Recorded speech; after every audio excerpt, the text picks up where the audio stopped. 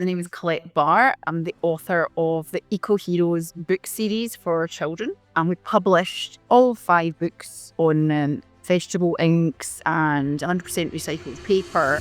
What are some of the main eco-friendly habits or tips you've included in the book? The main thing is everyday life, right? The children as ancients can recognize themselves in these books because we cover all across the Emirates, really, in places that they can recognise from the pictures or understand from schools here, things that they can see on Sheikh Zayed Road or wherever, there's things in there that they can relate to. And I think that was one of the reasons as well, because it's much easier for kids or people in general to absorb messages and take them on if they can relate to them. I kept saying I was going to do something to do with the environment. I was going to take out an app, start an app with these characters and start building that. And that was what I really was thinking I was going to do. And then I said, I think I'm going to write about it because books are really you can physically hold them, touch them, read them, you can go back to them and they're good for you. They're part of your reading curriculum and stuff like that. But people love books. In the second book as well, it is based on real life where my son climbed up onto a kitchen work surface and burnt himself really badly. I think from Plastic Planet, right? You had shared some visuals on the social media where you showed a glimpse of that book where you're describing microplastics. I found that so impactful. It's so easy for any kid to understand how microplastics are affecting the environment and ourselves as well. Even in our house, there's arguments about why shouldn't you do this or why shouldn't you do that? And I'll say, I want a book about that and can't waste that water. But yeah, the messaging is out there for everyone, even though it's obviously for children as well. If you could choose one takeaway or action step for readers to adopt after reading your books, what would it be? Because implementing everything together might be overwhelming or not possible as well. I think the one main thing would be to just do one thing.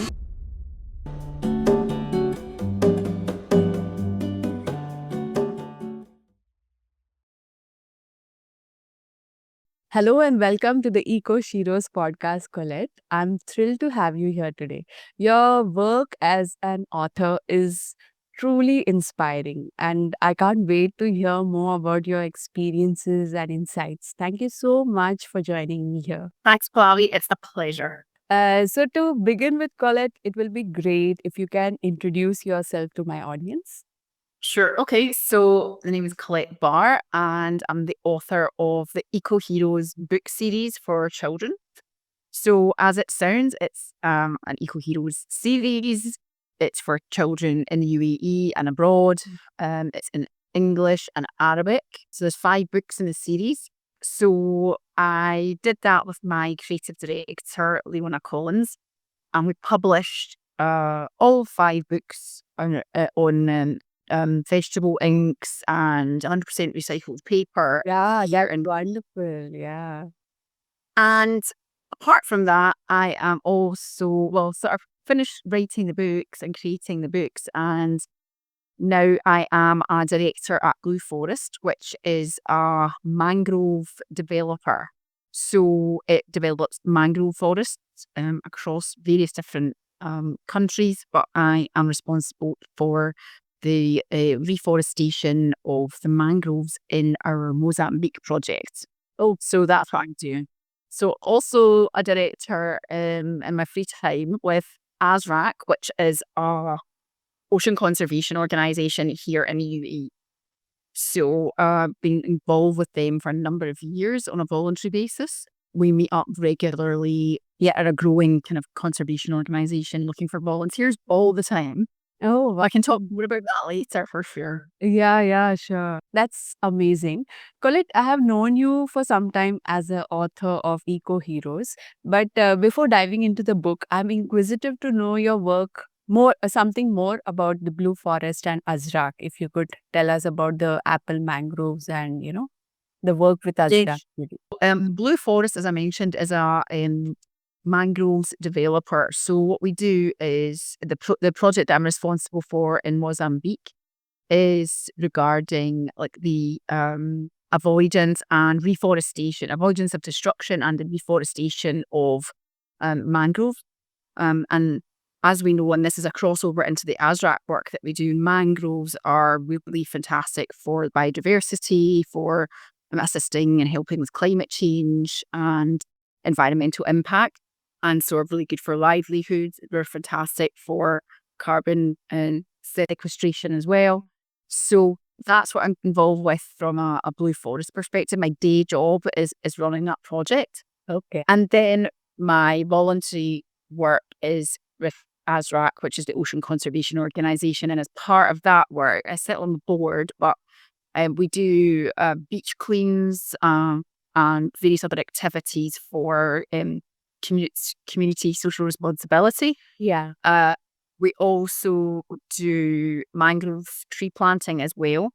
And also, I'm not sure we're still doing it right now, but we were heavily involved in coral reef restoration as well, as another thing to then monitor and get involved in with AZRAQ. So there's lots of voluntary activities regularly. And because we're coming out of summer now, these activities and beach cleans will be starting to ramp up. So look out. Yeah, of course, definitely. Would love to.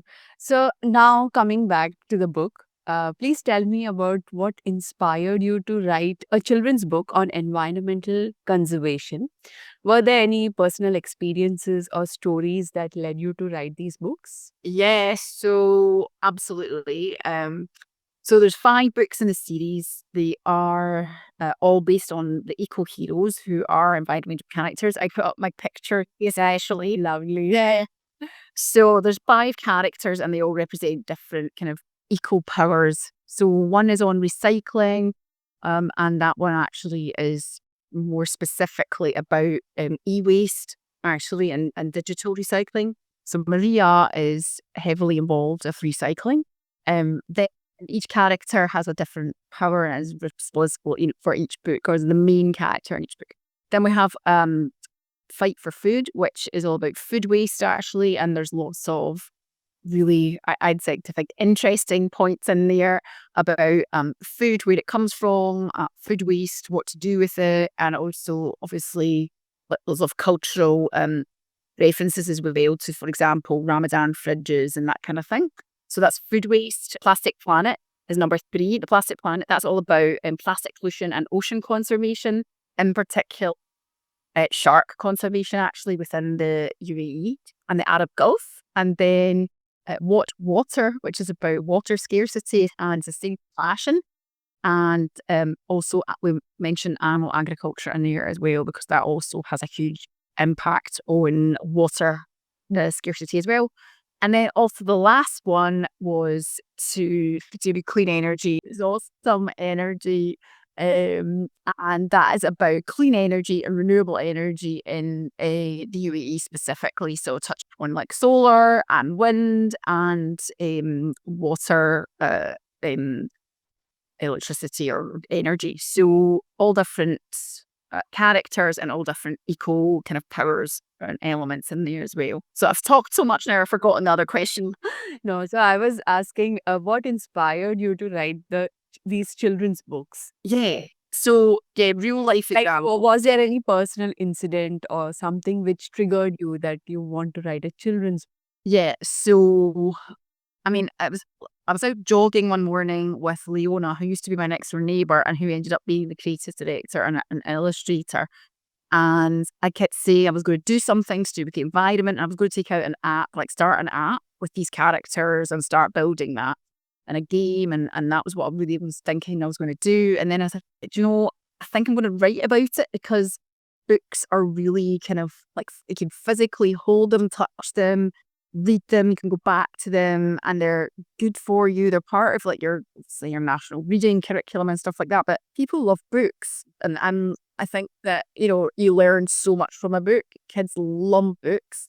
And if you can get people at early, then they're book lovers for life, really. And even if they stop reading for a while, like maybe when they're teenagers, they'll go back to it at some stage if they started really young and have good memories of it. And it's also a really good way to get good messages across. But definitely they were inspired by my 2 kids. I've got 2 boys. And Leona next door, her kids as well. She's got a daughter and a son. And also, like, even my dog is in the books. So it's loads. And there's also loads of different things like camping. You go be camping. There's different things that have actually happened in real life. One of the things, for example, in the second book as well, it is based on real life where my son climbed up onto a kitchen work surface and burnt himself really badly and then had to, Yeah, so that's in the book as well. There's loads of stuff. Yeah. And then even the last book on Watch Water as well, there's more stuff. There's football in the back garden and like the neighbour getting annoyed. There's loads. How sweet. Very nice. Very nice. But how did your journey towards sustainability start? Yeah, so I think I've always really been really fascinated by physical geography actually, and also social geography. I did geography at university along with along with my law degree for the first year, and had to drop one of them or the other. So I dropped the geography part, but I actually really wish I'd continued with that because I was really passionate about it. And I really enjoy that, as I mentioned, like the physical and social geography parts. So I've always kind of had that, but kind of ignored it for quite a long time. And I was vegetarian and then became vegan quite a long time ago as well. Obviously, these kind of things have just fueled me in time to become a bit more passionate all the time. And I did work for an oil and gas company, 2 different oil and gas companies. For In your LinkedIn. yeah, just eventually I just felt that I wasn't in sync with what I wanted and I was believing. And whilst I had a very good time at both of those places at work, I just wasn't really feeling it anymore and wanted to continue on a more sustainable journey. So took a bit of a break from the corporate world for a while and wrote the books and created my own company with Leona, and we designed the books and really kind of did some school tours and went out to the Emirates Literature Festival and that kind of things a few times, and so really got involved with the messaging in the books. And once the books were finished, I started to want to go back to work full time again and got involved with Blue Forest. But I've been doing a bit of consulting along the way, and yeah, obviously I had met yourself and a number of other people along the way as well. We had their own different businesses and small businesses around UAE, all trying to contribute in some way to taking climate action. Absolutely. That's very nice. I think sometimes, early on when you start in your career, we most of the times go for the job which gives you good money, and we forego our passion, right? Like, or what you're passionate about. I think same thing happened to me as well. Yeah. It's very later in life, like you start struggling and you feel like going back to what you actually love doing. Yeah, totally, exactly. Well, at least now what I'm doing is definitely more in sync with what I want. Your value, from right. Exactly. Yeah.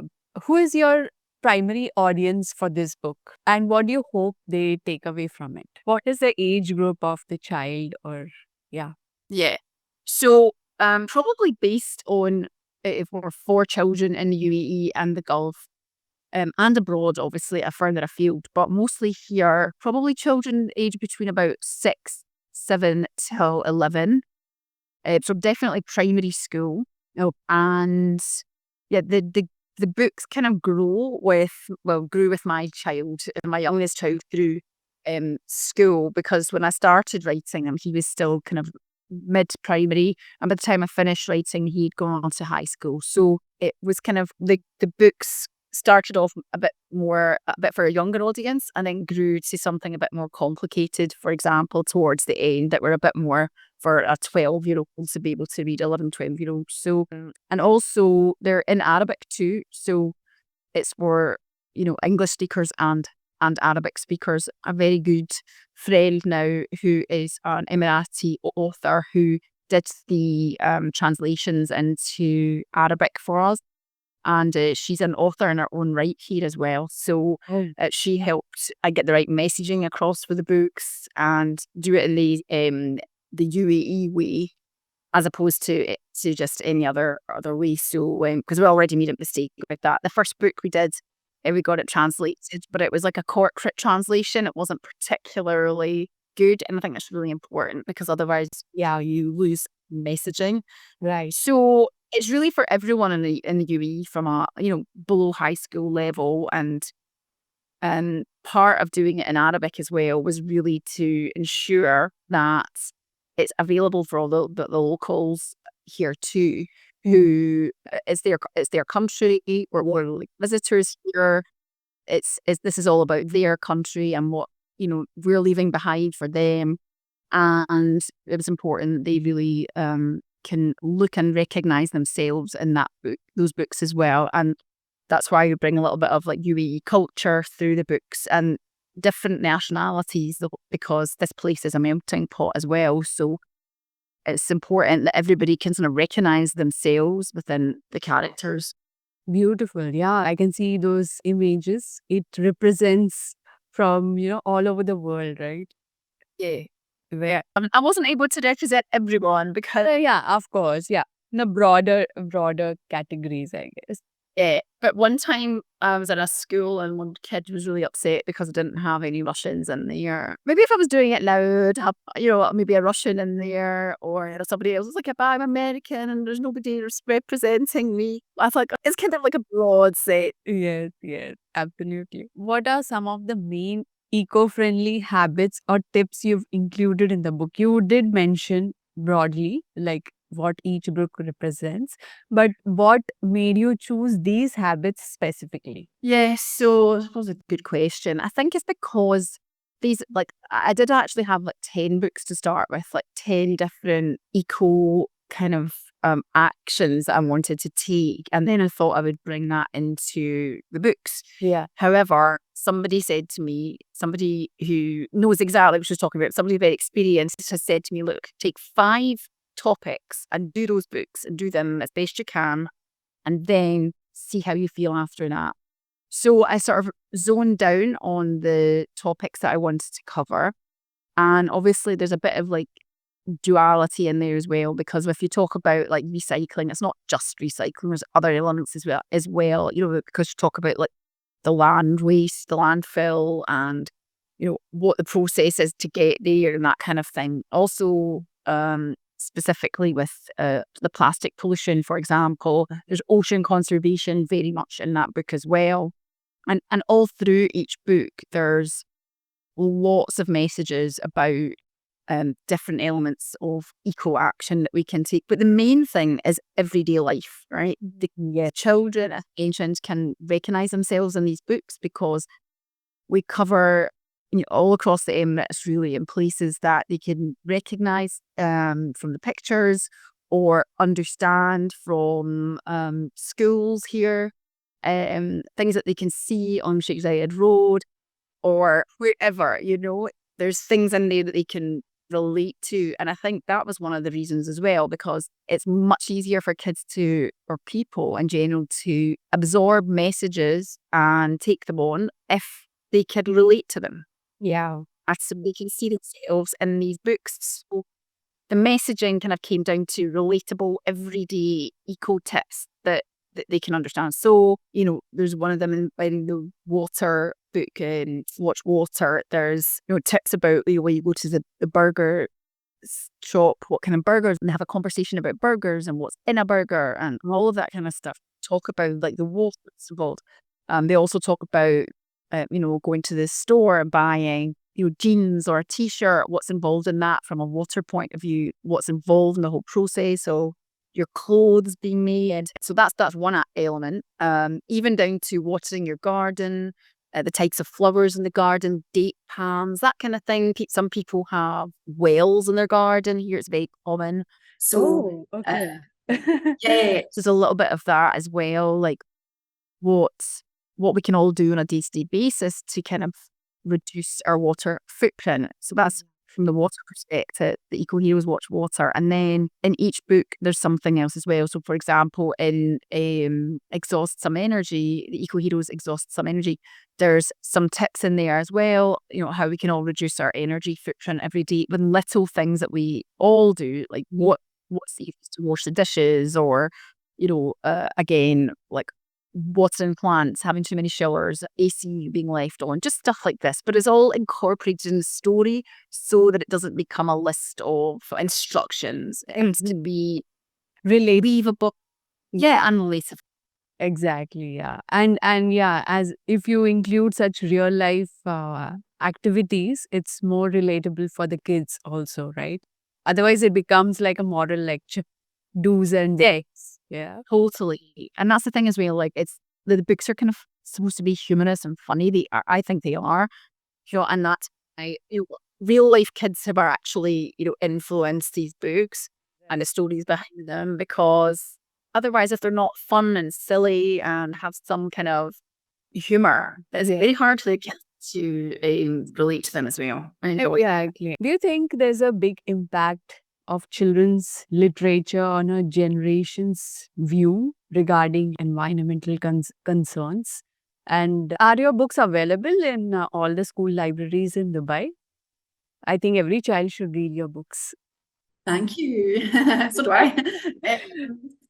So, yeah, to answer your first question, definitely. I mean, I think there was quite a lot of environmental books or related eco-friendly books, maybe in places like the UK or the US, that were sort of available over there or related to those places.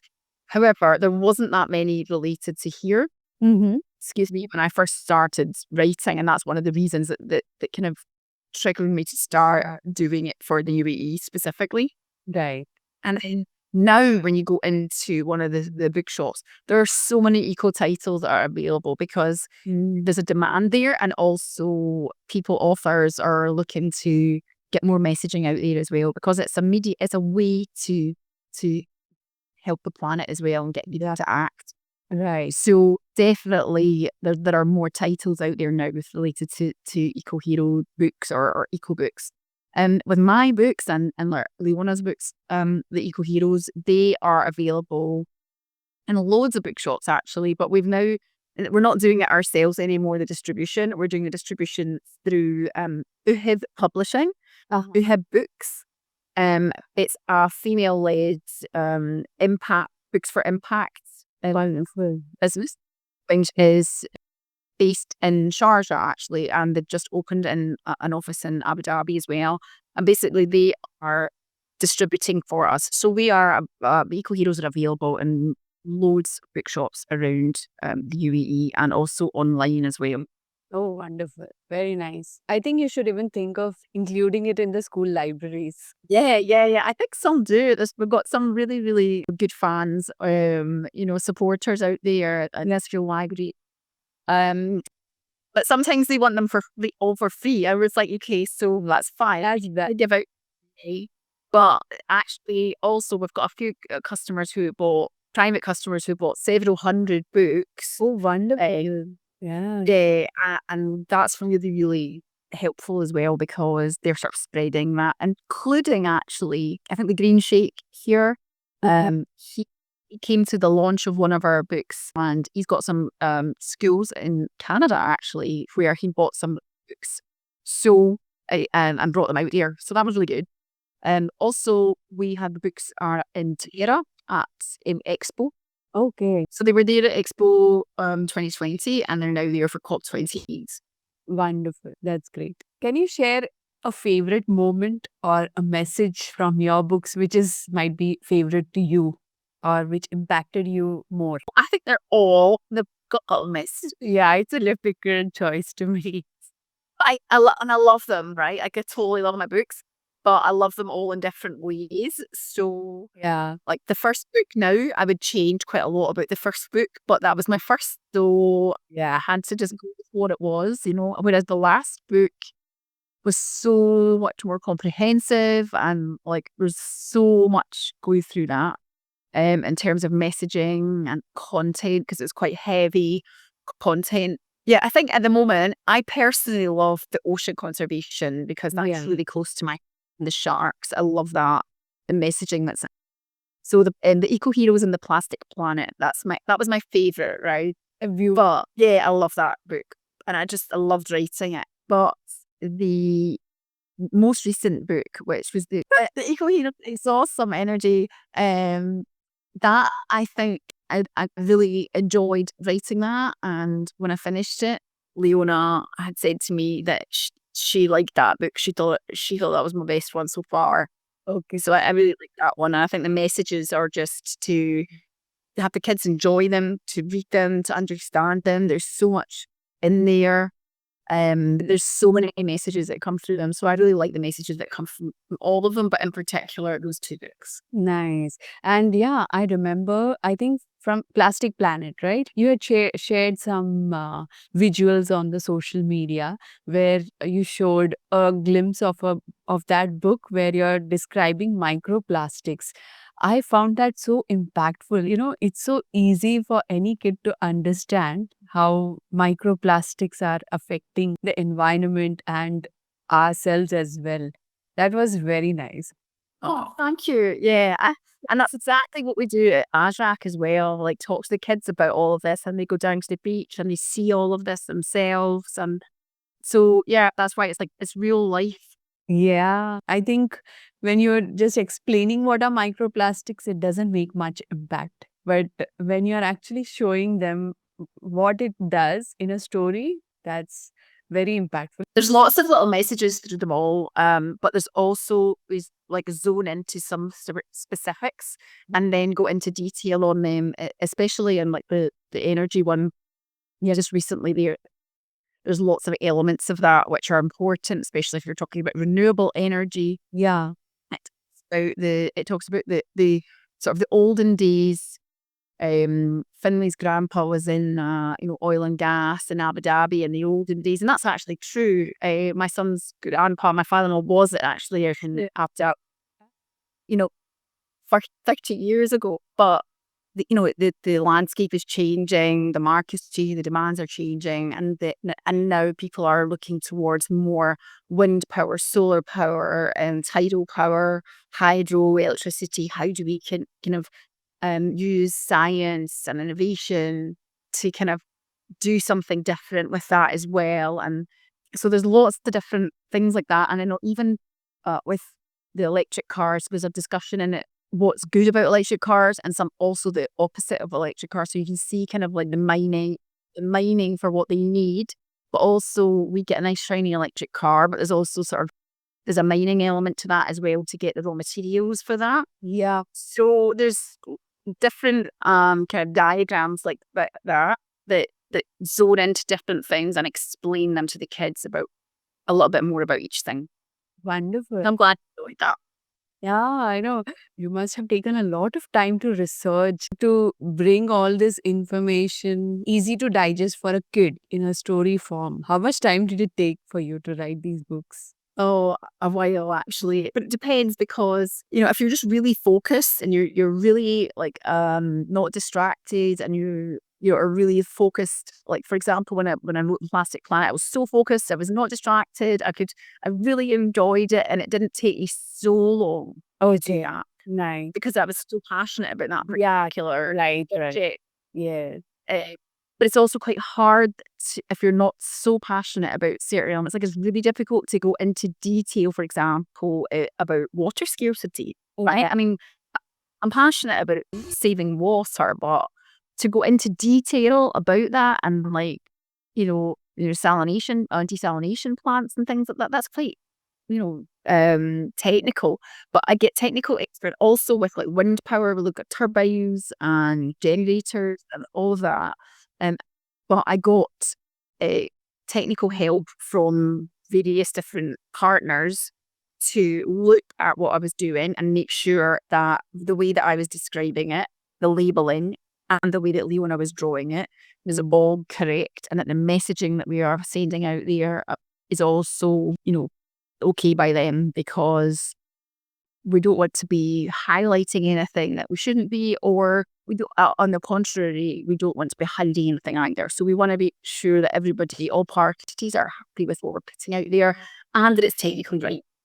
Absolutely amazing. Yeah, that's so essential, right? Like to put the facts forward, but in a way which will not be biased towards one thing or that. So by the time I've written stuff, and then you like, because you write and write and write and write and write, and then you cut some of it out, and then you change it, and then somebody else comes in and edits it differently. So by the time the last book was finished, that had taken really quite a long time. Okay. So yeah, it's time consuming and energy. You are spending a lot of time and energy on them, which is good though. But I think it comes through the books. Yeah, I know exactly. I think Leona did those illustrations, right? Like what inspired her to come up with, was this her idea of coming up with all these characters and this kind of, So the whole thing was my idea. Okay. But Leona was a very willing participant in all of it as well. Very. And not only that, but it was something that sort of grew. The characters grew and the descriptions of the characters grew. So, one of the things that we sort of found that might be difficult in the beginning was like, if I'm writing the story, I've got this vision of what the characters look like, but maybe she draws them and they're different. So that communication in the beginning and throughout actually, but the communication really is key to making sure that the illustrator and the author are on the same page. Right. And we spent a lot of time together going through what we wanted it to look like, but also I knew what I wanted it to look like. And Leona and time was like able to know what I wanted. By the fifth book, she was able to say it, almost like, foresee what I wanted to be in these in the book. And so it was really good because we worked really well together. She's really creative and really very talented, and her drawing and her creative sort of juices with regards to the whole books came on really, really leaps and bounds, because obviously you've got to put it all hand draw it, hand paint it, put it onto digital, put that and then publish it as well with all the right colours and paper and everything. So she was sort of instrumental in it, and it's so important to have good drawings when the subject matter is quite dry or quite technical and quite boring. So the pictures are brilliant. I really, really like them. Yeah, they're beautiful and they're so attractive and quite enticing. So have you got any children and parents reactions to your books? What do they say? So some people have been like so nice. It's just really humbling sometimes when people are so complimentary about them, and generally people will say, and I've had people like writing to me saying, "Oh, my kids really, really enjoyed your books. Are you doing any more?" Or my kid has one book that they really like and they took your books on holiday with them, or whatever. Like just things like that. It just makes me so happy. I know, yeah. I'm All you sure need this to do- must be appreciated by many kids because it's so interesting, and I think even an adult will love to read it. Thanks. Yeah, I mean, like I actually need to go and read some of them again, actually, because because you just get so engrossed and involved in them when you're writing them Yeah. and research, doing them, and then you kind of put them down and forget about them. But I mean, and even in our house, I say, there's arguments about why shouldn't you do this or why should you do that, and I'll say I want a book about that and can't waste that lot. But yeah, I mean, the messaging is out there for everyone, even though it's obviously for children as well. And I had fun doing them, and I love it when people come up and tell me nice things about the books, because it really strikes a chord. That's the whole point. It was to have impact and help the messaging and communication. And if people enjoy that, then that's fantastic. Absolutely. Wonderful. So initially you did tell me that you have published the books on recycled paper and vegetable inks. So can you Yeah. highlight a bit on that? Like, because I'm sure it cost you more, but why did you choose this option? It'll help people understand how important this is. Yeah, that's a good point, actually. So I was really, really adamant that it had to be on this paper and it had to be with this ink, and it did cost more. Yeah. Significantly more, actually, and we could have done it abroad for a lot cheaper. But I wanted it to be sustainable. I wanted the books to be sustainable from the UAE and, say what they talked about, really, or do what they talked about. And initially that was okay because we had a decent printer that could do that for us, but in time we would lose one or the other. So we're actually reduced from a couple of reprints now, and they're charging a fortune for. We don't have vegetable ink anymore, but it's soy ink, so that is costing a fortune. Or you can't get the 100% recycled paper anywhere because it doesn't make economic sense for some places to stock it.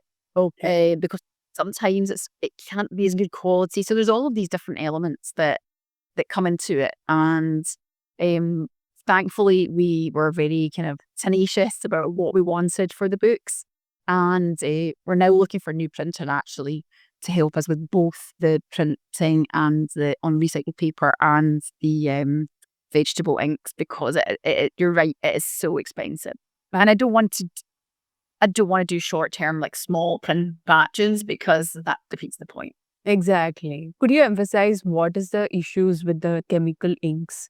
That would be great to highlight for the audience. Yeah, sure. I mean, like obviously, ink is. Oh, I'm not an expert on it, but the ink will actually like seep back into the water, and Okay. everything finds itself back in running to the sea. All water runs to this. So if you put it down the tap, it gets it ends up being in the landfill.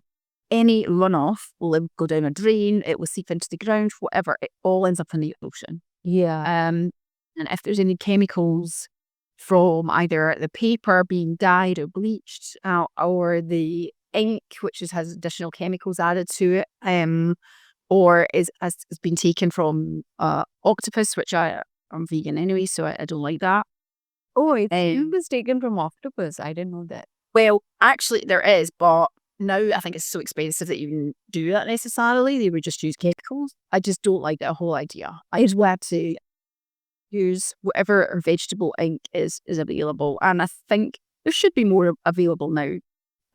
But it's also an opportunity to put the prices up. Yeah, actually. Not for us, but for the printers. Yes, true, actually. If you could choose one takeaway or action step for readers to adopt after reading your books, what would it be? Probably be never into sustainability and, totally unaware, but after reading your books, what you would suggest should be their first step, or what are your suggestions to because implementing everything together might be overwhelming or not possible as well. So yeah. It's not. And busy people and their everyday lives, it is too much. There's just so much, and there's also so much contradiction. Yes. If you want to eat healthily, then it's really difficult to avoid plastic, or if you want to have a green, or you want to do things. One thing, you want to drive an electric car, but you're also, charging with, electricity.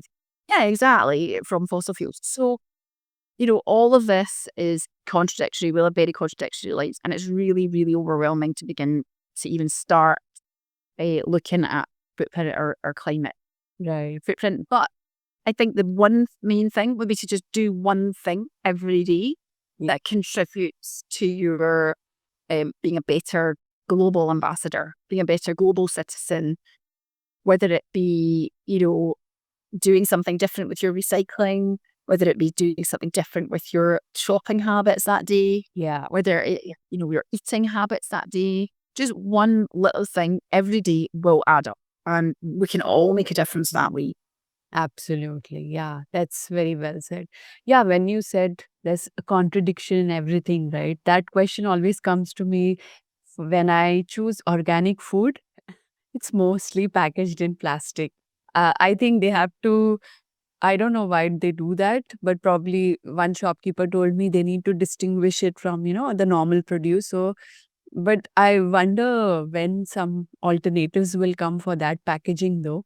But yeah, it's always a contradiction, right? Like you support organic agriculture or you, uh, you know, refuse single-use plastic packaging. Yeah, exactly. And even if you go for compostable alternative plastics, then they're still good either, because they don't break down properly, or it takes too long, or there's not the right infrastructure to break them down. It's just everything we do. There's a pro and a con, and we just need to stick to trying to do one positive thing every day, and being kinder to ourselves and those around us on the planet. Absolutely. That's a great advice. Thank you. So, yeah, thank you so much, Colette, for giving such great insights. I really hope every child in those formative years reads your books and understands what true sustainability is. It was a delight to talk to you. Thank you so much. Oh, thank you so much, Pallavi. Really nice to talk to you too.